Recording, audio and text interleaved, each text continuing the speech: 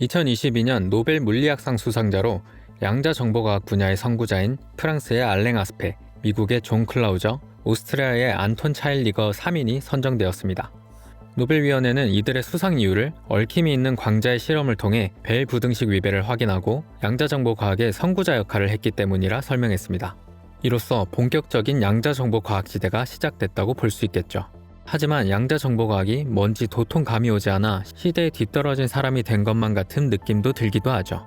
조금이나마 시대에 따라가 보고자 양자정보과학은 어떤 분야인지 아는 척 해보겠습니다. 우선 양자에 대해 알아봐야겠죠. 20세기 이전에 빛이 파동인지 입자인지 논쟁이 있었습니다. 아마 학교 수업 시간에 들어보신 적 있으실 겁니다. 빛의 회절, 간섭 등 파동 현상이 발견되면서 사람들은 빛이 파동이라 생각했습니다. 그러나 인류 역사상 가장 위대한 물리학자로 손꼽히는 아인슈타인은 빛이 파동의 성질을 가졌지만 각 파장의 빛 에너지가 일정한 에너지로 나뉘어 있다고 봤습니다. 이것이 1905년 아인슈타인이 발표한 비달 이론입니다. 비달은 광자 또는 광양자라고도 하는데 빛을 잘게 쪼개다 보면 가장 마지막에 나오는 양자의 일종입니다. 쉽게 말하면 빛의 총 에너지는 어떤 에너지를 가진 비달의 개수로 표현할 수 있다는 것이죠. 이후 미시세계에 대한 연구는 빛의 사례처럼 물리량들이 띄엄띄엄 떨어지게 되는 양자화가 미시세계의 운동을 이해하는 핵심이란 것을 알게 되었죠. 그래서 양자로 번역된 영어의 퀀텀은 양, 퀀티티를 의미하는 말에서 나왔습니다. 양자역학은 바로 이러한 양자화를 바탕으로 미시세계에서 어떤 힘이 있을 때 어떠한 운동이 이루어지게 되는지를 밝히는 이론입니다. 양자역학은 미시세계에 입자성과 파동성을 부여하게 되어 두 가지 특징을 가집니다. 중첩과 얽힘. 중첩은 여러 양자값의 상태가 섞여 있는 것입니다. 0과 1이 두 양자값의 상태가 중첩되어 있다는 것은 측정하기 전에는 양자값이 0이거나 1이 나올 확률만 이야기할 수 있다는 거죠. 측정이 되고 나면 0 혹은 1만 관측되며 더 이상 중첩 상태가 아니게 됩니다. 얽힘은 두 개의 부분계를 특별한 처리를 통해 만든 상태로 얽힘 상태에 있는 부분계는 아무리 멀리 떨어져 있어도 한쪽의 측정값에 따라 반대쪽의 양자값을 예측할 수 있다는 것입니다. 예를 들면 스핀이 0인 파이온이 전자와 양전자로 분개한다면 스핀의 총 양자값이 0인 계이기 때문에 둘이 떨어진 뒤 하나의 스핀이 업인 상태라면 반대쪽은 다운인 상태가 되는 거죠. 측정 전까지 어느 쪽이 업인지는 알 수 없습니다. 이는 고전역학적 가정인 국소성 혹은 국소적 인과율을 위배하는 것으로 보입니다. 이는 멀리 떨어진 사건이 어떤 중개 없이 즉각적으로 영향을 미칠 수 없다는 것인데요.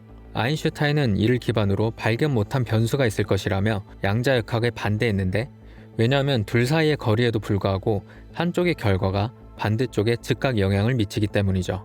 고전역학의 기반인 국소성 위배가 실제 발생하는지를 판별하기 위해 벨 부등식이 사용되는데, 양자 얽힘이 발생하면 벨 부등식을 어기는 사례가 가능하게 됩니다. 존 클라우저가 강자 편광을 이용한 얽힌 광자 실험으로 양자 상태가 벨 부등식의 위배됨을 확인했고, 그 업적을 인정받아 노벨 물리학상 수상에 영광을 안게 되었죠. 양자 정보과학은 크게 세 가지로 구분됩니다. 양자 컴퓨팅, 양자 통신, 양자 센싱.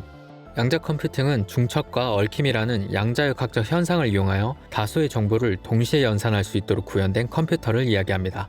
양자 컴퓨터는 양자 비트, 즉 큐비트를 이용하여 정보를 처리합니다. 큐비트는 0과 1 이분법과 달리 양자역학적 0과 1 상태로 기술됩니다.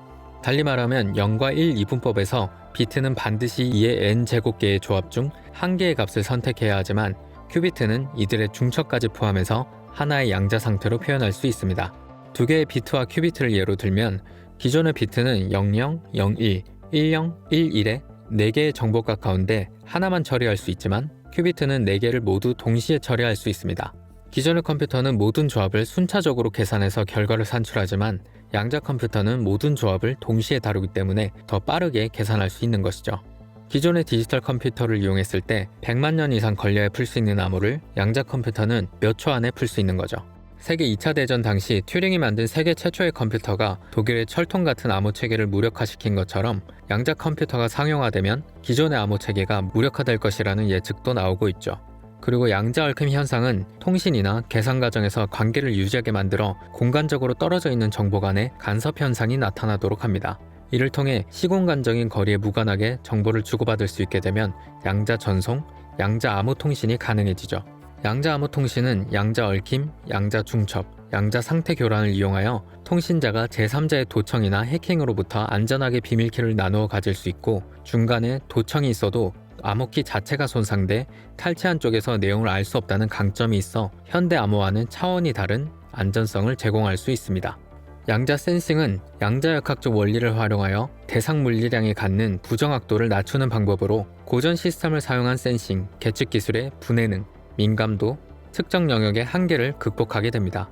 대표적으로 극한의 센싱 정밀도를 요구하는 중력파 검출기에 활용될 수 있고 스텔스 기술과 레이더 제밍을 무력화할 수 있는 양자 레이더에 활용할 수 있어서 국방에 있어서도 핵심 기술로 부상하고 있죠. 조금 과장된 표현일 수도 있겠지만 양자역학의 발견은 우리를 완전히 새로운 챕터로 넘어가게 하는 분야라 할 수 있습니다. 양자 정보과학이 주목받는 이유 중 하나는 반도체의 한계 때문이기도 합니다. 무어의 법칙이라는 것을 들어보신 적 있으실 겁니다. 반도체 직접 회로의 직접도가 2년마다 2배로 증가한다는 것인데 수십 년간 통용되어 오던 이 법칙이 한계를 맞고 있으며 2000년대 이후 직접도 증가 속도는 유지하는 듯 보이지만 반도체 칩의 성능 향상 속도가 느려졌기 때문이죠. 또한 인공지능의 활용이 급부상하는 가운데 대규모 데이터에 대한 고속 연산의 수요가 증가하고 있어 슈퍼컴퓨터의 활용도가 높아지고 있는 상황이죠. 하지만 슈퍼컴퓨터는 대규모 전력을 사용하는 데 반해 양자 컴퓨터는 전력 소비가 상대적으로 매우 적다는 장점도 있습니다. 하지만 양자 컴퓨팅이 활발히 이용되기 위해서는 기존 컴퓨터의 능력을 뛰어넘어야 한다는 양자 우위의 입증, 연산 능력 확장을 위한 큐비트 수의 확대, 연산이 진행되는 동안 양자가 온전한 상태를 유지하도록 주변 환경을 제어하는 문제, 다양한 알고리즘을 적용할 수 있는 범용성 확보 등 아직 해결 과제가 많이 남아있는 상황이죠. 이러한 문제들을 해결하고 관련 기술을 확보하기 위해 키스트, 에트리, 키스티, 한국표준과학연구원, 국가보안기술연구소 등이 연구를 이어나가고 있죠. 한국표준과학연구원과 국가보안기술연구소는 양자 보안 네트워크를 가능하게 할 양자 직접 통신을 구현하는 데 성공했고, 키스트와 에트리에서는 양자 컴퓨터 시대의 새로운 암호 체계이자 양자 컴퓨터조차도 해결이 어려울 것으로 보고 있는 양자 내성 암호를 공략할 수 있는 세계 최고 성능 수준의 양자 알고리즘을 개발했죠. 양자 정보 기술은 미래를 바꿔놓을 기술임은 분명합니다. 하지만 어떠한 미래로 바꿔놓을 것인지는 그 기술을 사용하는 사람에게 달려있죠. 노벨 물리학상 공동 수상자 중 한 명인 알랭 아스페는 여러 국가의 내셔널리즘이 들이오고 있는 시기에 과학자들이 국제사회가 중심을 잡도록 노력하는 것이 중요하다는 말을 했습니다. 원자력의 발견이 핵무기라는 어두운 면을 만들기도 했지만 고효율의 발전소를 가능하게 하는 긍정적 측면을 만들기도 했듯 양자 정보 과학 기술도 미래를 긍정적으로 발전시킬 수 있도록 활용되어야 할 것입니다.